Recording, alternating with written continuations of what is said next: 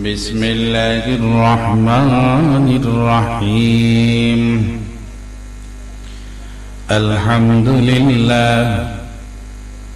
الحمد لله نحمده ونستعينه ونستغفره ونؤمن به ونتوكل عليه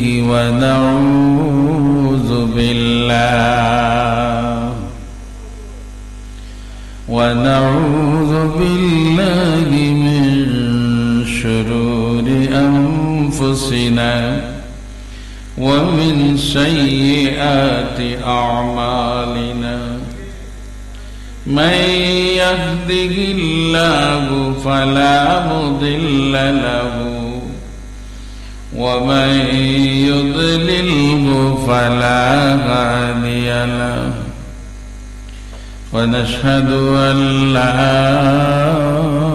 إله إلا الله وحده لا شريك له ونشهد أن سيدنا وسندنا وحبيبنا وشفيعنا ومولانا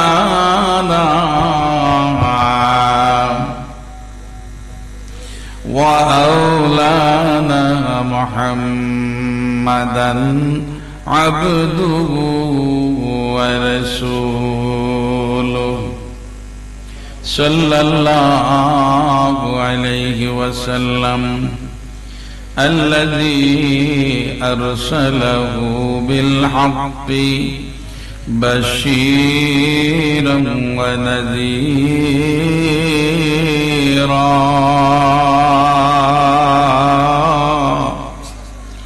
وداعيا إلى الله بإذنه وسراجا منيرا أما بعد فأعوذ بالله من الشيطان الرجيم بسم الله الرحمن الرحيم ولا تقف ما ليس لك به علم إن السمع والبصر والفؤاد كل أولئك كان عنه مسؤولا ولا تمش في الأرض مرحا إنك لن تخرق الأرض ولن تبلغ الجبال طولا صدق الله العظيم وقال رسول الله صلى الله عليه وسلم علامة النفاق أربعة ثلاثة منها في اللسان إذا حدث كذب وإذا وعد غدر وإذا خاصم فجر وإذا اؤتمن خان أو كما قال عليه الصلاة والسلام وقال الله تعالى في شان حبيبه ومحبوبه مخبرا وآمرا إن الله وملائكته يصلون على النبي يا أيها الذين آمنوا صلوا عليه وسلموا تسليما Allahumma salli ala Sayyidina Maulana Muhammad wa ala Sayyidina Maulana Muhammad.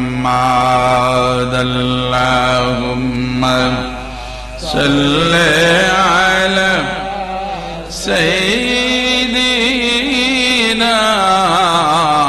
Maulana Muhammad wa ala Sayyidina Maulana Muhammad. कुदरत की तमाशा गई मदीने की गली में जन्नत का नमूना गए मदीने की गली में। अल्लाहुम्मा सल्ले अला सय्यिदिना मौलाना मुहम्मद व अला आलि सय्यिदिना मौलाना मुहम्मद। नहीं दुजागा में मिसाले मुहम्मद जमाले खुदा कमाले मुहम्मद। अल्लाहुम्मा सल्ले अला सय्यिदिना मौलाना मुहम्मद व अला आलि सय्यिदिना मौलाना मुहम्मद। ला इलाहा इल्लल्लाहु ला इलाहा इल्लल्लाहु ला इलाहा इल्लल्लाहु ला इलाहा इल्लल्लाह। सुब्हानल्लाह वल्हम्दुलिल्लाह ला इलाहा ला इलाहा इल्लल्लाहु मुहम्मदुर रसूलुल्लाह सल्लल्लाहु अलैहि वसल्लम। पीर कामिल अलहाज हज़रत मौलाना আল্লামা আব্দুল নূর উমেদনগরী রহমতুল্লাহ আলাইহি রিসালে সব উপলক্ষে আজকের এই 26তম ঐতিহাসিক তাফসীরুল কোরআন ও সুন্নাহ সম্মেলনের সম্মানিত সভাপতি, প্রধান অতিথি, আমাদের হবিগঞ্জের আল্লামা আব্দুল মজিদ ফিরোজপুরি ফিরোজপুরি দামাত বারাকাতুহু হবিগঞ্জ কেন্দ্রীয় সুন্নি জামে মসজিদ উনি আসতেছেন, আসেন না এখনো, বিশেষ অতিথি হিসেবে রাখছেন আমাকে। আর প্রধান বক্তা যিনি আপনাদের সামনে সুললিত কণ্ঠে সুন্দর আওয়াজে এতক্ষণ ওয়াজ করেছেন, আপনারা সন্তুষ্ট কিনা? আলহামদুলিল্লাহ আলহামদুলিল্লাহ। ইয়াং মানুষ,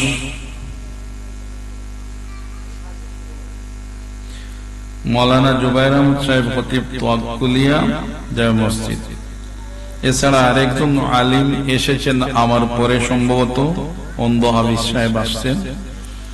নাম সম্ভবত নুরুজ্জামান, না নুরুজ্জামান, উনিও আসবেন। তো আল্লাহ পাক যেন আপনাদের এই ইসালে সওয়াবের মাহফিলকে যেন কবুল করেন, সবাই আমিন বলুন।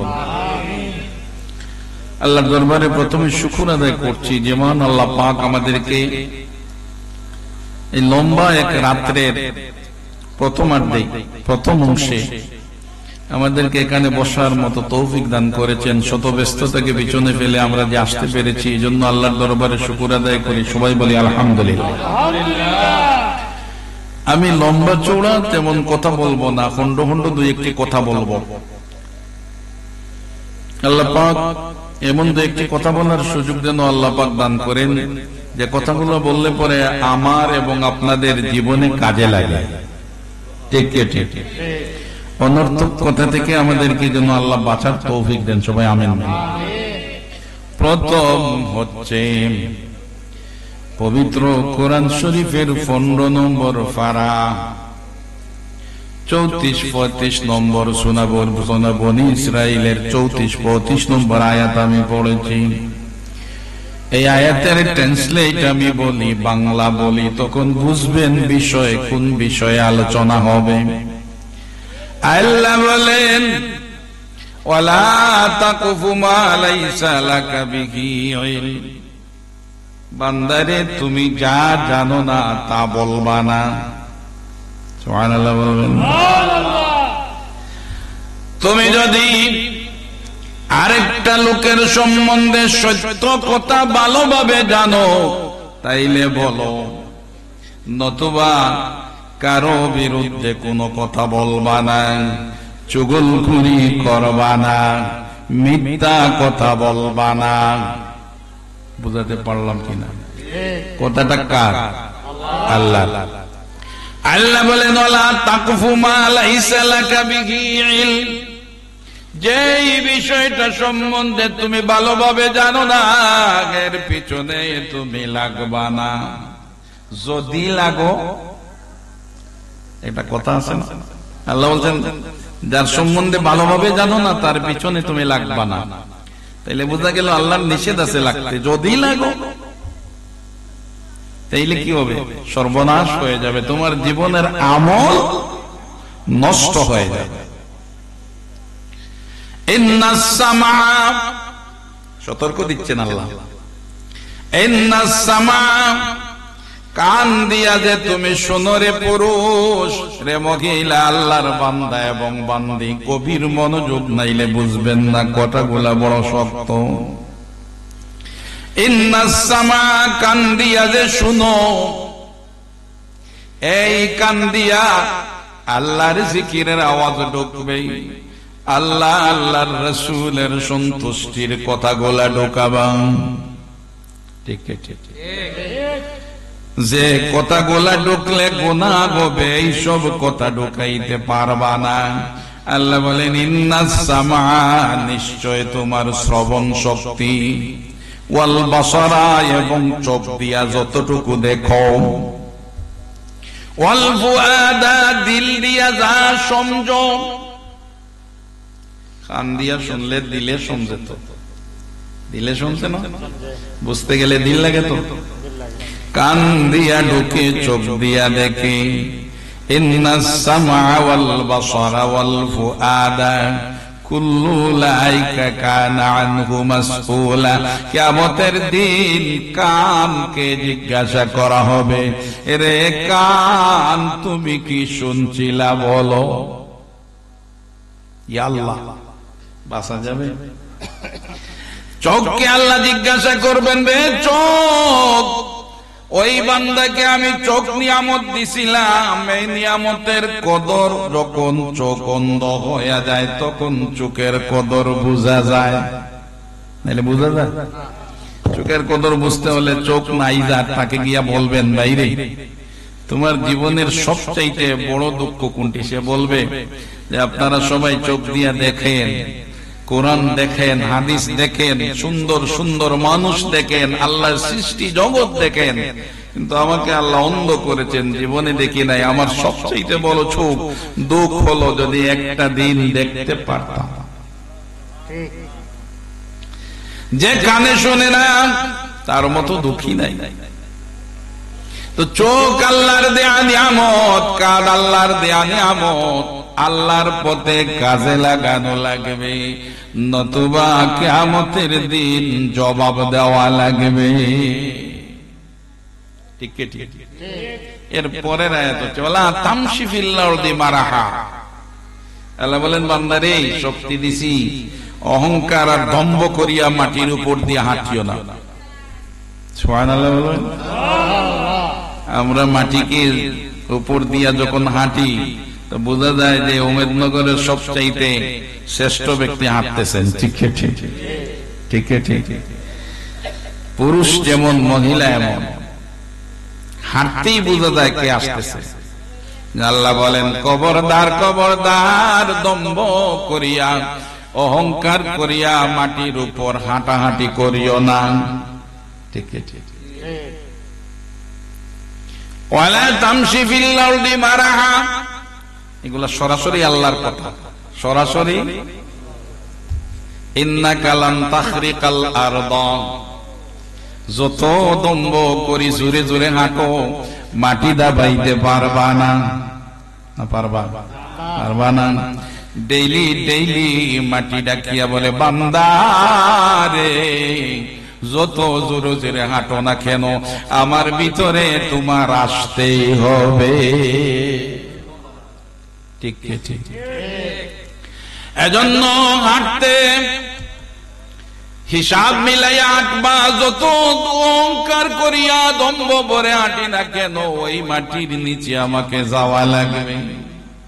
ঠিক ঠিক। ওয়ালান তাবলু ইন্নাকা লান তাখরিকাল আরদা ওয়ালান তাবলুগাল জিবালা তুলা।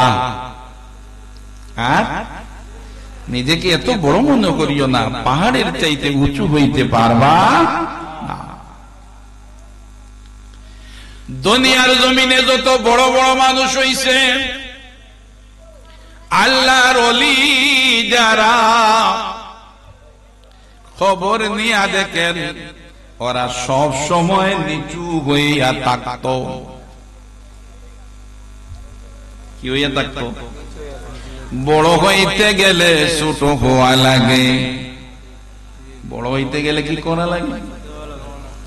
উপরে উঠতে গেলে নিচু হওয়া লাগে। নিজে নিজেকে বড় বললে বড় হওয়া যায়? মাথায় রাখবেন, আপনি উঁচু হইতে গেলে, বড় মাপের সম্মানী মানুষ হইতে গেলে আপনাকে নিচু হওয়া লাগবে। ঠিক ঠিক। নিচু না হইলে উঁচু হওয়া যায় না। আমার মনে আছে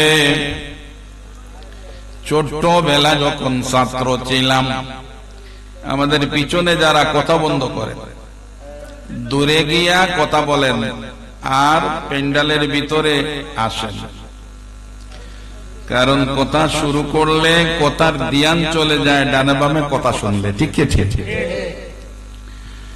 ছোট্টবেলা যখন ছাত্র ছিলাম, মাদ্রাসায় পড়তাম, এক জুমা সুবানীঘাট মাদ্রাসায় পড়লাম। তখন ফুলতলি সাহেব থাকতে, ফুলতলি সাহেবকে চিনেননি আপনারা? নাম শুনছেন তো? ফুলতলি সাহেব থাকতেন, জুমার বয়ান করতেছেন। তো বিষয় ছিল কেমনে মানুষ বড় হওয়া যায়। মনে আছে কোনো? ছোট্ট একটা বাচ্চাকে ডাক দিয়া বললেন, তুমি পরের দিকে ওটা লাফ মারো।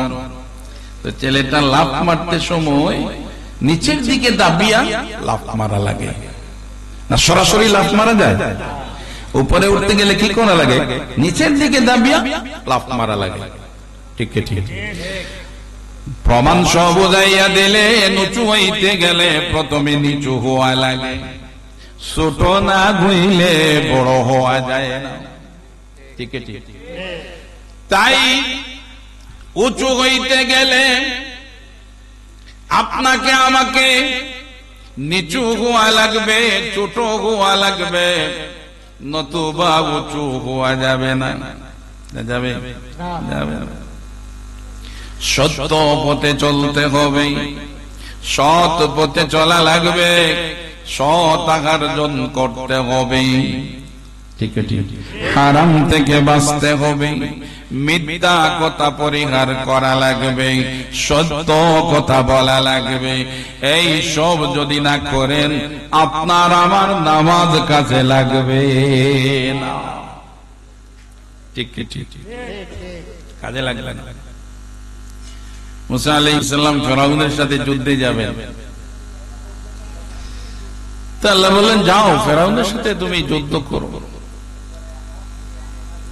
তো মুসা আলাইহিস সালাম বলেন আল্লাহ গো, এ তো দুর্দান্ত, আমাকে একজন সাহায্যকারী দেন না, আমার সঙ্গী একজন দেন। তো আল্লাহ বলেন যাও, দুনিয়ার মধ্যে সবচাইতে ছোট যিনি তাকে নিয়ে আসো। সুবহানাল্লাহ বলবেন। মুসা নবী তো, মুসা নবী চিনেন নাকি? এমন এক নবী উনি ছিলেন, এত গুসা ছিল, আজরাইলকে চড় মেরেছিলেন, বাম চোখ মাটিতে পড়ে গেছে। সাল্লাম চোখ কাটে নিয়ে আল্লাহর দরবারে গেলেন, আল্লাহ আর যাব না মুসার কাছে, ওই দেখেন কি করছে। আল্লাহ লাগাই বললেন লাগাও, লাগাইলেন, বললেন যাও, যেমন গুসাওয়ালা তেমন নরম, জোরে বলেন তুমি যাও, গিয়ে বলবা আল্লাহ বলেছেন যে আপনি যদি ইচ্ছা করেন যে ওই যে দুম্বা আছে, ওই দুম্বার পিঠে যতগুলা পশম আছে এত বছর আল্লাহ হায়াত দিবে। আর যদি আল্লাহর সাথে আপনি দেখা করতে চান, কারণ বহু বছর আল্লাহর কাছে আবেদন করেছিলেন, আরিনি, আল্লাহ আমাকে একবার দেখা দাও। সুবহানাল্লাহ, আল্লাহ নিষেধ করেছিলেন, পারেন নাই দেখা করতে। আপনার আল্লাহর সাথে যদি দেখা করতে যান, বন্ধুর সাথে বন্ধুর মিলন করতে চান, তাইলে আল্লাহ বলেছেন আপনার জান কবজ করতে। মুসা আলাইহিস সালাম একবারে নরম হয়ে গেলেন, না আমি এক সেকেন্ড আর থাকতে পারবো না, কারণ এই দুম্বার উপরে যত পশম আছে, লক্ষ লক্ষ কোটি কোটি পশম আছে, এই পশমের পরিমাণ হায়াত পাওয়ার পরে তখন কি হবে বলে, তখনও আপনার জান কবজ হবে, মরা লাগবে। তাইলে দেরি নয়, আমার বন্ধুর সাথে এখনই মিলতে চাই। সেই মুসা বলছেন আমার সাথে একজন সাথী দেন। আল্লাহ বলেন দেখো সবচাইতে ছোট্ট যে তাকে নিয়ে আস। মুসা যার কাছেই যান দেখেন ও ওনার চাইতে বড়। কীট পতঙ্গের কাছে গেলে, এমনকি পায়খানার পোকামাকড়ের কাছে গিয়েও দেখেন সেও বলে না আমার দোষ নাই, আমি পায়খানার পোকামাকড় তো আপনি করেছেন, আপনি পায়খানা না করলে কি আমি পোকামাকড় হইতাম?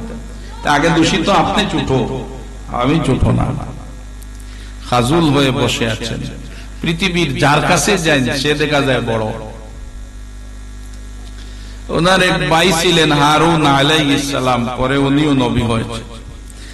জিজ্ঞাসা করেন ভাই কি হয়েছে, তুমি তো কোনোদিন এইভাবে চিন্তাগ্রস্ত হয়ে বসতে দেখি নাই। তো মুসা আলাইহিস সালাম বললেন ভাই রে, আল্লাহর কাছে একজন সাহায্যকারী চাইছিলাম, সবচেয়ে ছোট দেয়নি, ওকে নিয়ে যাব বলছিলেন, আমি যে জাতির কাছে যাই দেখি আমরা চাইতে বড়। তো নারায়ণ আলাইহিস সালাম বলেছিলেন বাইরে আমি পৃথিবীর মধ্যে সবচাইতে ছোট। সুবহানাল্লাহ।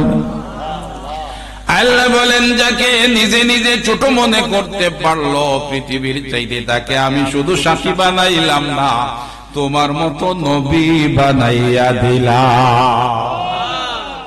তাইলে বোঝা গেল আল্লাহর ওলি হইতে গেলে ছোট হওয়া লাগে, নবী হইতে গেলে ছোট হওয়া লাগে, আর ছোট হইতে গেলে সৎ চরিত্রবান হওয়া লাগে। ঠিক ঠিক।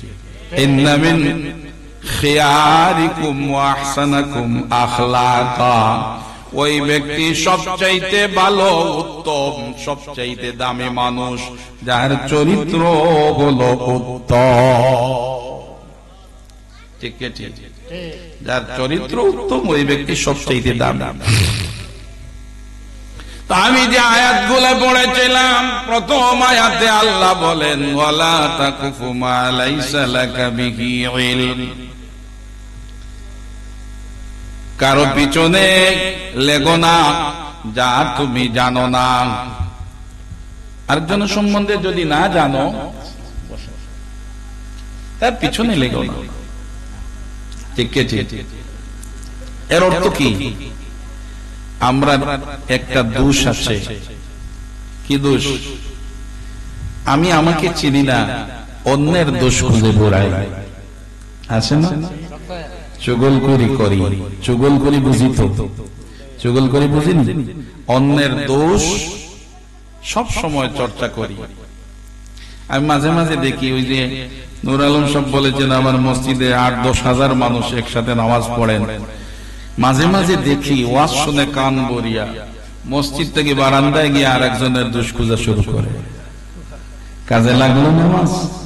কাজে লাগে না। এজন্য আরেকজনের দোষ খোঁজার থেকে বাঁচতে হবে। والصلوات 5 الجمعة إلى الجمعة ورمضان إلى رمضان।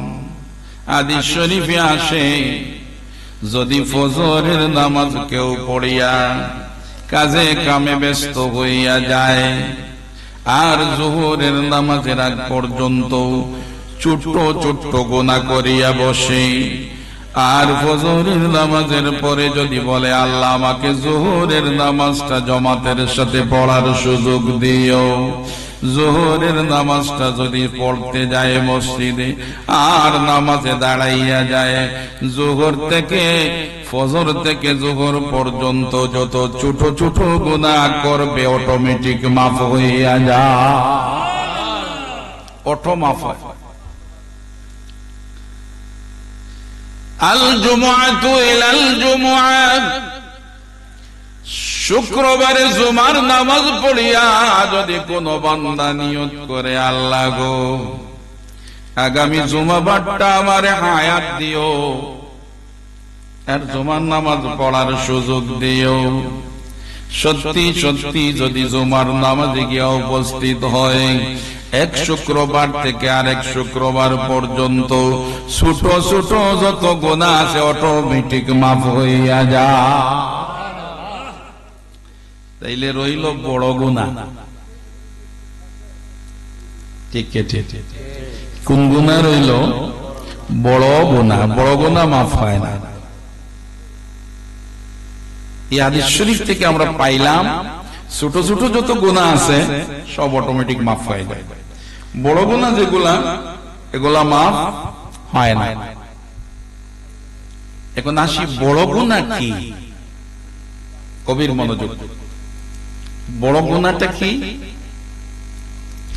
বড় আরবিতে কাবীর। বড় আরবি কি?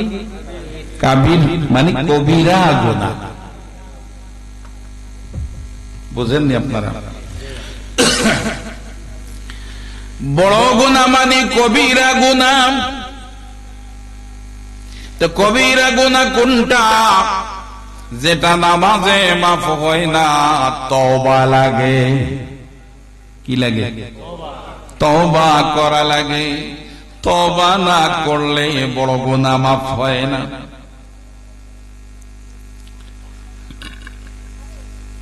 এমন কোন লোক পাওয়া যাবে যে জীবনে মিথ্যা কথা বলে না? খুঁজে পাওয়া যাবে? যিনি বলতেছেন 1900 পাওয়া যাবে? কাউকে পাওয়া যাবে না। অজান্তে মিথ্যা কথা এসে যায়, আসে না? মিথ্যা কথা মহাপাপ। মিথ্যা কথা জানি না আমরা? মিথ্যা কথা বাদ দেই? বাদ তো দেই না। মিথ্যা কথা মহাপাপ। রে আল্লাহর বান্দা এবং বান্দিরা খেয়াল করে শোনো, আমরা মিথ্যা কথার মধ্যে ডুবে গেছি। কিন্তু মিথ্যা কথারে আমরা সাধারণ মনে করি, অথচ মিথ্যা কথা মহাপাপ। মহাপাপ মানে কবিরা গুনাহ, বড় গুনাহ। যে গুনাহটা নামাজে মাফ হয় না, ফজর থেকে জোহর পর্যন্ত ছোট গুনাহ অটোমেটিক মাফ হয়। কিন্তু বড় গুনার সাথে তওবা লাগে। তওবা কদিন করছেন? করছি আমরা? করি নাই। আল্লাহ পাক তার হাবিব রাহমাতুল লিল আলামিনের মাধ্যমে জানাইয়া দেন, আত-তাইবু মিনাজ যামবি কামাল্লা যামবালা। তওবাকারীর তওবা করার সাথে সাথে এমন ভাবে কবুল হয়, এমন ভাবে গুনাহ মাফ হয়, যেমন জীবনে কোনদিন গুনাহ করছিল এমন দাগও তাকে না মিটিয়া যায়। তাইলে বোঝা গেল আল্লাহ বড় দয়া, মাফ করেন। আমরা করতে পারি না। তওবা কোরআনে কারিমে আছে, যারা সব সময় আল্লাহর কাছে তওবা করে আল্লাহ তওবাকারীকে পছন্দ করেন, ভালোবাসেন। এখন আসি, আমি এক হাদিস শরীফ পড়েছি। হাদিস শরীফে আছে, আলামাতুন নিফাকি আরবাআতুন, মুনাফিকের চিহ্ন চারটা।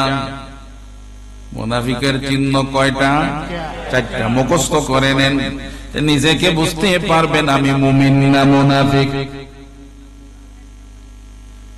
মুনাফিক কি মুসলমান না? মুনাফিক মুসলমান না?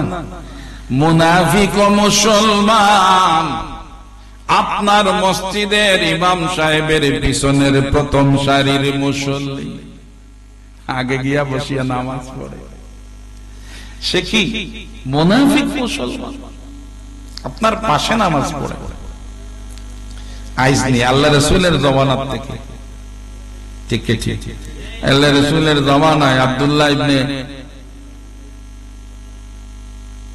আব্দুল্লাহ ইবনে উবাই ইবনে সুলুল, মুনাফিকের সবচেয়ে বড় সর্দার, নামাজ পড়তে পড়তে কপালে দাগ বসাই দিছে। দাড়ি দাগ লম্বা করতে করতে আবু বকর সিদ্দিকের দাড়ির চাইতে আরো লম্বা। চিনবেন কেমনে সে মুনাফিক? চিনার উপায়, আজানের পরে আপনি যান নামাজে, সে আজানের আধা ঘন্টা আগে গিয়া নামাজ শুরু করে। চিনার উপায়, পাগড়ি আপনারটার চাইতে লম্বা পড়বে। আমার কথা নয়, আল্লাহ রাসূল বলেছেন। সে হলো মুনাফিক। মুনাফিক ও মুসলমান একদিনও আমরা একজনে নিজে নিজে চিন্তা করলাম না আমি মুনাফিক মুসলমান না মুমিন মুসলমান। চিন্তা করছি কেউ? করি নাই। অথচ নবীজির সাহাবীরা চোখের পানি ছাড়িয়া ছাড়িয়া কাঁদতেন, যদি আমি মুনাফিক মুসলমান হইয়া যাই তাইলে আমাকে আল্লাহ ইন্নাল মুনাফিকিনা ফিদ-দারকিল আসফালি মিনান নার, আবু জেহেলকে সেই দুজকে দেওয়া হবে। আবু জেহেলের দুজকে যেই দুজকে থাকবে তার পায়ের নিচে মুনাফিককে দেওয়া হবে। ইয়া আল্লাহ, একবার চিন্তা করছি আমি মুমিন না মুনাফিক। এখন আসি, দয়াল নবী বলেন মুনাফিকের চিহ্ন চারটা। কয়টা? এক নম্বর হলো ইযা হাদ্দাসা কাযাবা। এক নম্বর ইযা হাদ্দাসা কাযাবা। গভীর মনোযোগ দিয়া শুনবেন, মহিলারা বেশি করে খেয়াল করবেন, কারণ মহিলারা এই সবে বেশি অগ্রগামী। দুই বুয়াইজি বা দুই মহিলা একত্র হইলে দেখবেন সারা দুনিয়ার যত খারাপ চিন্তা ভাবনা আছে, কোন বাড়ির কোন মহিলার কোন দোষ, কোন পুরুষের কোন দোষ, সব চলছে বিরামহীন বিরামহীন ভাবে এগুলা চলে। শুনে বলেন না, নামাজ রোজা কাজে লাগবে না যদি মিথ্যা কথা না ছাড়তে পারেন, চুগলখুরি যদি না ছাড়তে পারেন, আল্লাহর নিষেধ যেটা সম্বন্ধে জানো না ওটার পিছনে লাগিও না।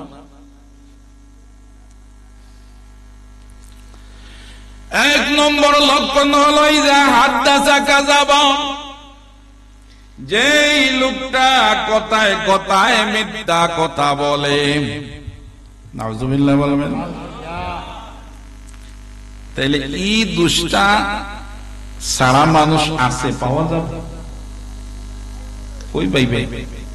কঠিন। মসজিদে নামাজ পড়ছি, বাইর হইয়াই বলছে, হ্যালো তুমি কোথায় আছো? মসজিদের বারিন্দায় বলছে, আমি তো এইমাত্র বৈরব পাস দিলাম। নাউজুবিল্লাহ বলবেন না? এইটাই মোবাইলে আরো বেশি মিশা কথা বাড়াই দিছে। ঠিক ঠিক, এত লোকের সামনে বেরোয়াই বলছে, আমি তো এখন বৈরব আছি। অথচ শ্রীমঙ্গলের মসজিদের বারান্দায় উমেদনগরে বের হয়ে বলছে, ভাই কি বলো, আমি তো এক মুহূর্তে ঢাকায় যাচ্ছি। নাউজুবিল্লাহ বলবেন। কথাটা সহজ, বলতেও মজা, কিন্তু গুনাহে কবিরা, বড় গুনাহ, মহাপাপ, যেটা তওবা না করলে মাফ হয় না। চিন্তা করেন, গভীরে চিন্তা করেন, করছি কি আমরা? ওয়াস্ত শুধু শুনি, কি করছি আমরা? ডান কাঁধে একজন ফেরেশতা বসা, বাম কাঁধে একজন ফেরেশতা বসা। না নাই, একজন মানুষের সাথে 160 জন ফেরেশতা আছেন। সুবহানাল্লাহ বলবেন। কত ফেরেশতা! নাইলে পোকামাকড় কানে নাকে মুখে ঢুকিয়া শেষ করিয়া দিয়েছে। ঠিক ঠিক, বেটা গেছে খেতে, খেত করতেছে, ঘর থেকে টিফিন নিয়ে গেছেন, আইলে বসিয়া খাইছে, সময় নাই তো। গরু ছাড়িয়া দিছে, রুয়া রুইছে, রুইয়া গরু আছেন, আর এই আইলের মধ্যে ঘাসের মধ্যে মাথা লাগাইয়া ঘুমাচ্ছে। এই আইলে আর ঘাসের মধ্যে পোকামাকড় নাই? কোনদিন শুনছেন একটা পিঁপড়া ঢুকতে? কেন ঢুকে না? এখানে ফেরেশতা বসা আছে। সুবহানাল্লাহ। ফজরের নামাজ পড়িয়া গরুর খানি টানি দিয়া নিয়ত যদি করে, আল্লাহ রিজিকের জন্য বের হচ্ছি, যতক্ষণ খেত করবে, কাজ করবে, রুয়া রুবে, গরু দিয়ে হাল চাষ করবে, ঘুমাবে, সব ইবাদত হয়ে যায়। কারণ ফজর পড়িয়া নিয়ত করছিল, আল্লাহ রিজিকের তালাশে বের হচ্ছে। সুবহানাল্লাহ। এটা শেপ, শুধু নিয়ত করা, আর তো কিছু না। ওর ক্ষেত কোনদিন নষ্ট হবে না। ঠিক ঠিক, আইলে ঘুমাচ্ছে, ফেরেশতা ওই কানে একজন, ওই কানে একজন, ওই চুকে একজন, ওই চুকে একজন, ওই নাকে একজন, ওই নাকে একজন, অল বডিতে ফেরেশতারা আছেন। খবরদার, আল্লাহর বান্দা ঘুমাচ্ছে, ওইদিকে পিঁপড়া ঢুকতে পারবা না। জোরে বলেন সুবহানাল্লাহ। এক একজন মানুষের সাথে আল্লাহ কত ফেরেশতা রাখছে। ডান কানে একজন বসা নেকি লিখেন, বাম কাঁধে একজন বসা নেকি লিখেন, বদি লিখেন। ডান কাঁধের ফেরেশতার কাছে আল্লাহ অতরাইল দেওয়া আছে, রে আমার ফেরেশতা, আমার বান্দা যখন সওয়াবের কাজ করার নিয়ত করবে, দেরি করিও না, সাথে সাথে লিখিয়া দিও। সুবহানাল্লাহ। বাম কাঁধের ফেরেশতার কাছে আল্লাহর নির্দেশনা আছে, রে বদি লিখরা ফেরেশতা, খবরদার আমার বান্দা গুনাহ করলে আমার অনুমতি ছাড়া লিখবা। কত দয়াল আল্লাহ! আমরা পারি না আল্লাহর কাছে। বাস,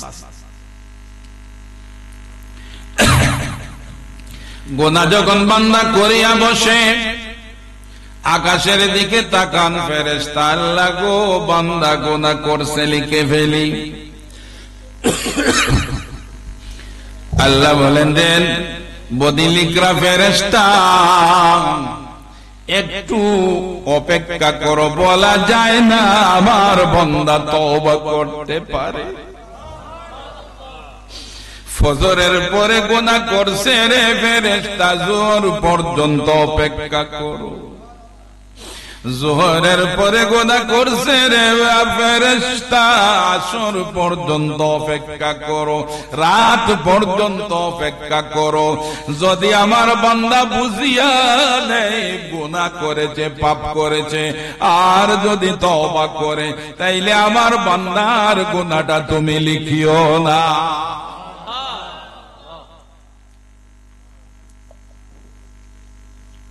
এজন্য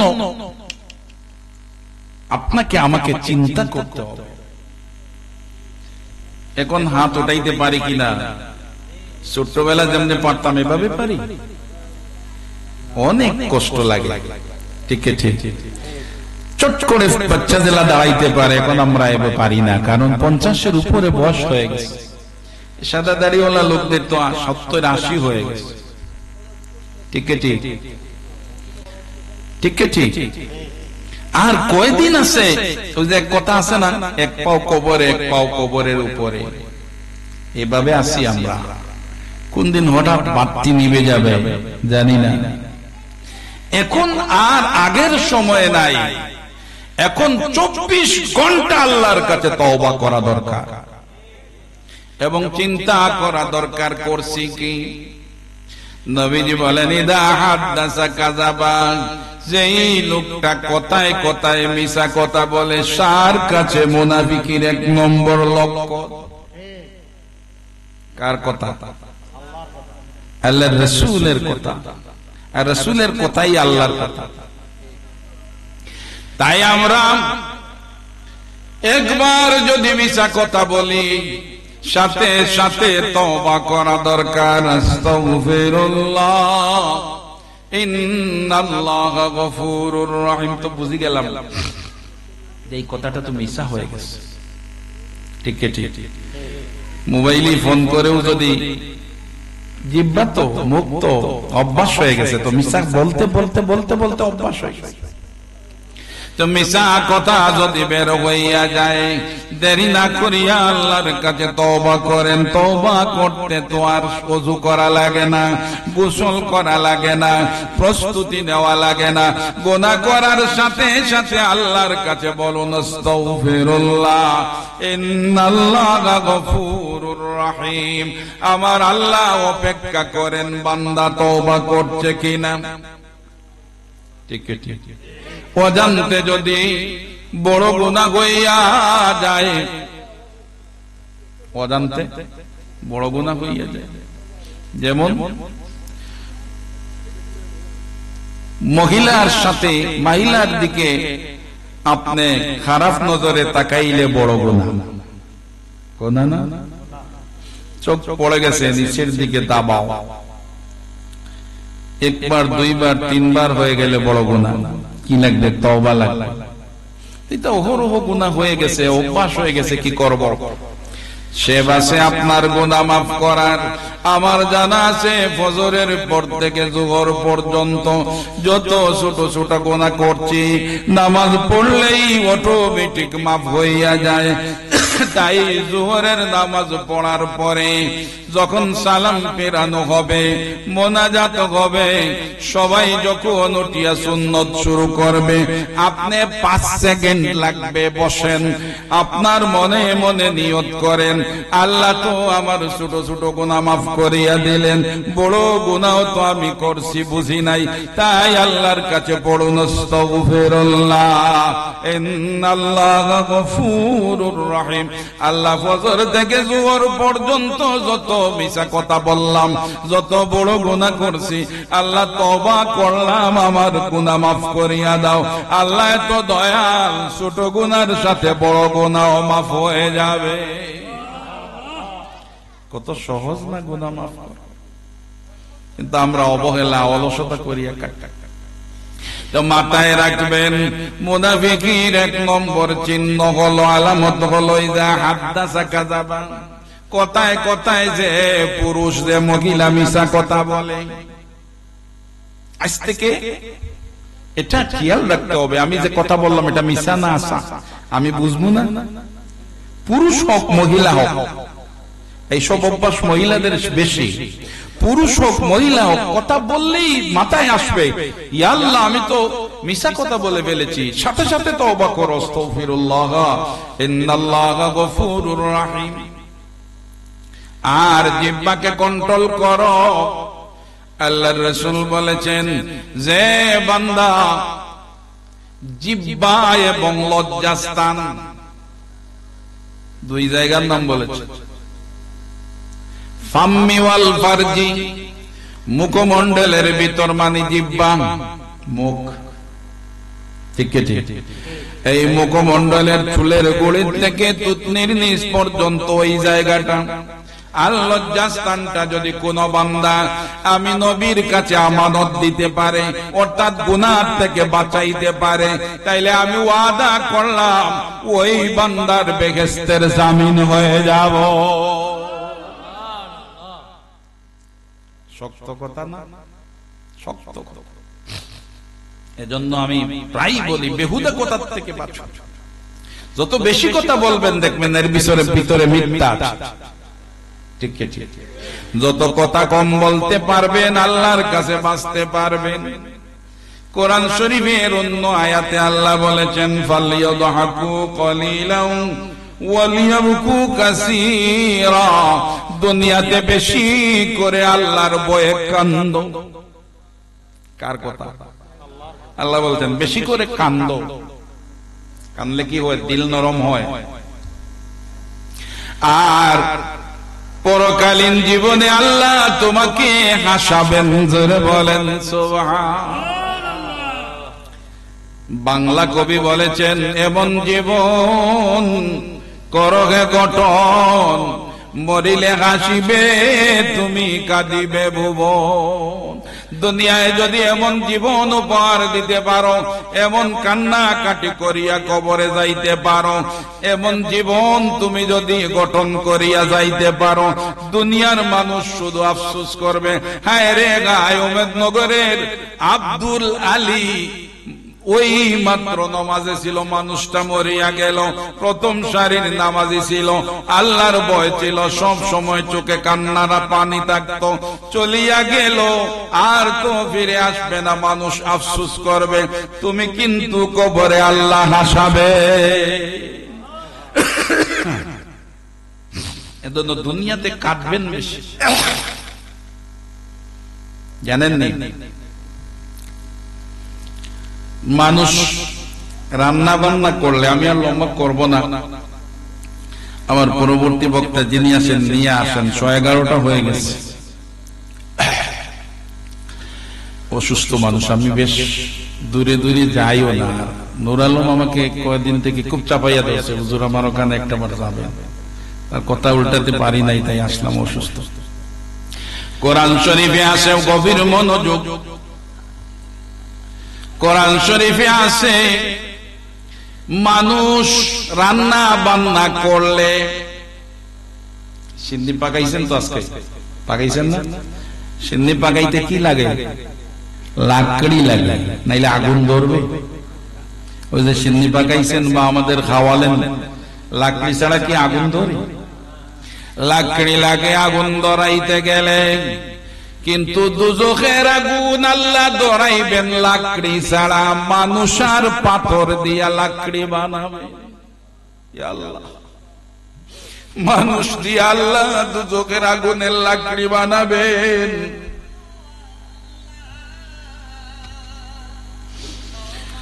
মানুষ দিয়ে আল্লাহ দুজখের আগুনের লাকড়ি বানাবেন আর পাথর দিয়া। এজন্য পাথর আল্লাহর ভয়ে কান্দে, আল্লাহর ভয়ে পাথর কান্দে।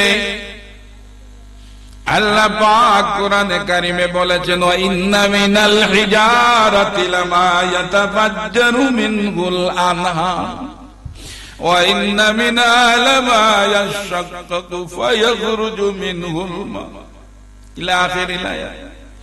আল্লাহর ভয়ে পাথর ফাটিয়া পাথর থেকে পানি বের হয়, কান্না বের হয়। কিন্তু মানুষ গুনাহ করতে করতে এমন ভাবে দিল শক্ত করেছে, শত চেষ্টা করেও চোখের পানি আসে না। দুজখের আগুন আল্লাহ জ্বালাবেন, লাকড়ি বানাবেন আমাকে আপনাকে দিয়ে। এজন্য আগের থেকে সাবধান হওয়া দরকার পুরুষ নারীরা, পুরুষ মহিলারা সাবধান, খবরদার খবরদার, জীবনে যা করেছেন আর বড় গুনাহ করবেন। ইদা হাদ্দাসা কাযাবা, কোথায় কোথায় মিথ্যা কথা যে বলে, এ হলো মুনাফিক। তাহলে প্রথমটাই তো আমরা সবাই আটকে গেলাম, ঠিক ঠিক আটকে গেলাম না? 2 নম্বর মুনাফিকের লক্ষণ বা চিহ্ন হলো ইজা ওয়াদা গাদারা, ওয়াদা করলে খেলাফ করে। নাউজুবিল্লাহ বলবেন, আসিয়া বলবে আপনাকে, বাইরে এমন বিপদে পড়ছি রে ভাই, আমাকে 1000 টাকা দাও, আগামী শুক্রবারে মরিয়ার বাসে দিয়ে দিন। এমন আছে বলবে, আল্লাহ কসম করে বলছি আমাকে উদ্ধার করো, আগামী শুক্রবারে দিব। কত হাজার শুক্রবার চলে যায় খবরই নাই, আছে না? বেশি না কম? এইসব ওয়াজ কেন করছি? সমাজে এই দুষ্কুলা বেশি না কম? বেশি। আল্লাহ পাক তার হাবিব রাহমাতুল লিল আলামিনের জবান দ্বারা জানাচ্ছেন, ইযা ওয়াদা গাদারা, যে ওয়াদা করে আর খেলাফ করে, ওর মতো মুনাফিক আর হইতে পারে না। কি দোষ আছে না আমাদের? আল্লাহর কাছে বলে, আল্লাহ বক্তা শ্রোতা আমি সহ, না আমি উপরে না, বক্তা শ্রোতা আমরা সবাইকে ওয়াদা খেলাফ থেকে বাঁচাইও, সবাই বলেন আমিন। 3 নম্বর, ইযা খাসামা ফাজারা। 3 নম্বরটা কি? ইযা খাসামা ফাজারা। বর্তমান সময় বড় কঠিন, দেখবেন ভাই ভাই ঝগড়া লেগে গেছে, মা বাবা ছেলে মেয়ে ঝগড়া লেগে গেছে। ঠিক ঠিক, পুরুষের চাইতে মহিলারা এই ঝগড়া লাগাইতে গিয়ে আরো বেশি অগ্রগামী। ঠিক ঠিক, ঝগড়া যদি লাগে, ভালো আচরণ নাই, যে যত খারাপ বলতে পারে সে তত বেশি দরবারি। ঠিক ঠিক, অথচ আল্লাহ রাসূল বলেন, ইযা খাসামা ফাজারা, ঝগড়া লাগলে যে মানুষটা বেশি অশ্লীল ভাষা ব্যবহার করে, বুঝবেন ওর মাঝে মুনাফিকের আলামত আছে। এইসব বেশি না কম? বেশ, এটার থেকে বাঁচতে হবে। ওয়াইযা উতুমিনা খানা। আর 4 নম্বরটা হলো, কেউ যদি আমানত রাখে তাইলে মনে করে এই তো পাইছি সুযোগ। জোরে বলেন নাউজুবিল্লাহ। আমানতের কিয়ানত করে। ঠিক ঠিক, আমানতের কিয়ানত। এই 4টা দোষ থেকে যদি আমরা বাঁচতে না পারি, তাহলে আমি মুমিন না মুনাফিক? মুনাফিক। কার কথা? আল্লাহ আল্লাহর রাসূলের কথা। এই দুষ্কুলার থেকে বাঁচতে হবে। মক্কা শরীফে সারা মক্কার মানুষ আবু জেহেলকে নেতা মানত না? নেতা যদি না মানত, মক্কার ঘরে একজন পুরুষও নাই, একজনও নাই, শুধু মহিলারা আছেন। একসাথে বের হয়েছেন মুহাম্মদকে শেষ করে দিতে। নাউজুবিল্লাহ বলবেন না? আল্লাহর রাসূলকে শেষ করে দেওয়ার জন্য সব পুরুষ বের হয়েছেন। কার কথা? আবু জেহেলের কথা। তার কথা না মানলে কি বের হইতেন? নিশ্চয় তার কথা মানছেন, তাই বের হয়েছে।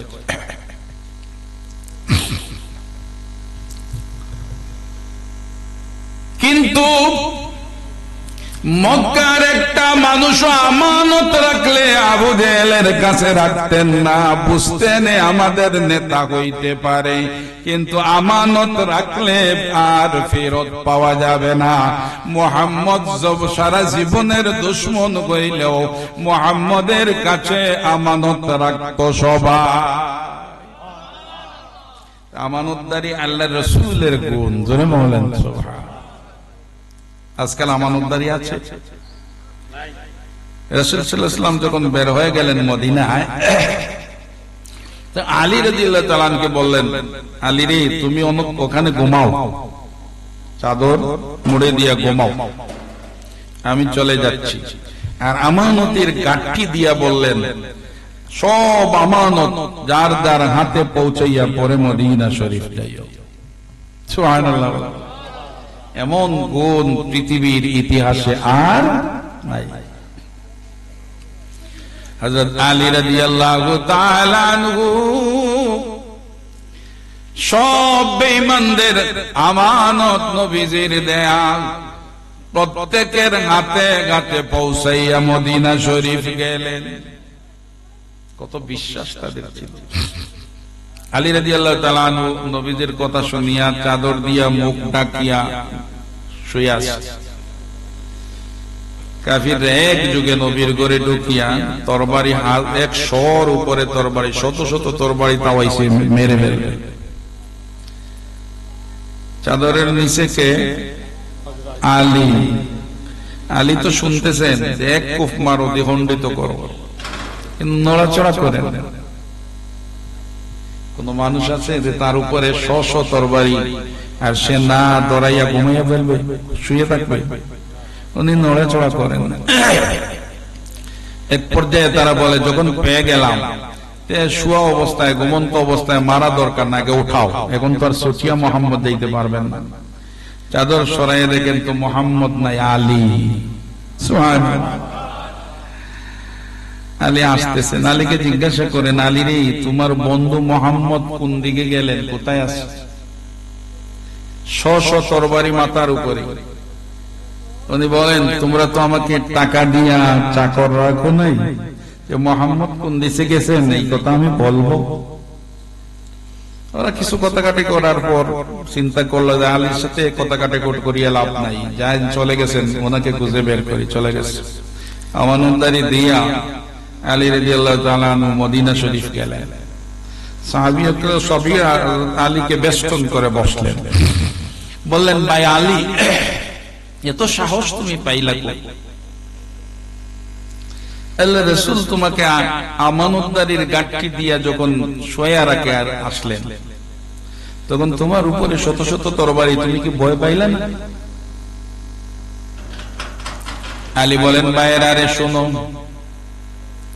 দয়াল নবীজি আমানতদারির গাঁটটি দিয়া যখন আমাকে শোয়া রাখলেন আর বললেন, আলী রে ও আলী, সবগুলা দিয়া পরে তুমি মদিনা শরীফ যাইও।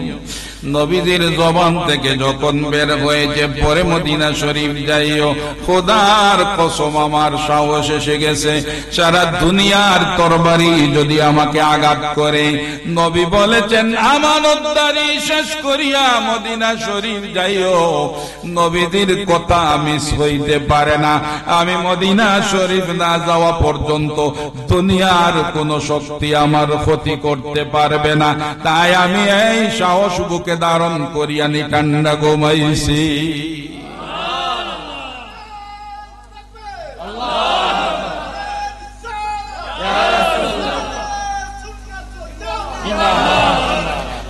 তার ঈমান আর আমাদের ঈমান, সুবহানাল্লাহ।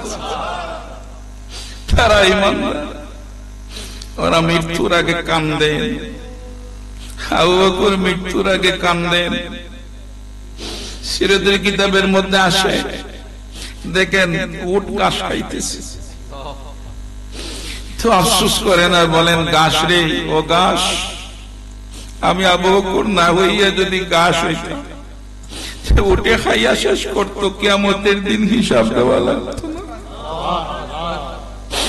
আবু বকরের মতো 1 নম্বর ঈমানদার কান্দেন আল্লাহর কাছে, যদি ঘাস হইত, যদি তৃণলতা হইতাম, আর আমরা দম্ভ বরিয়া হাঁটি, আমার মতো ইমানদার আর নাই, জোরে বলেন না।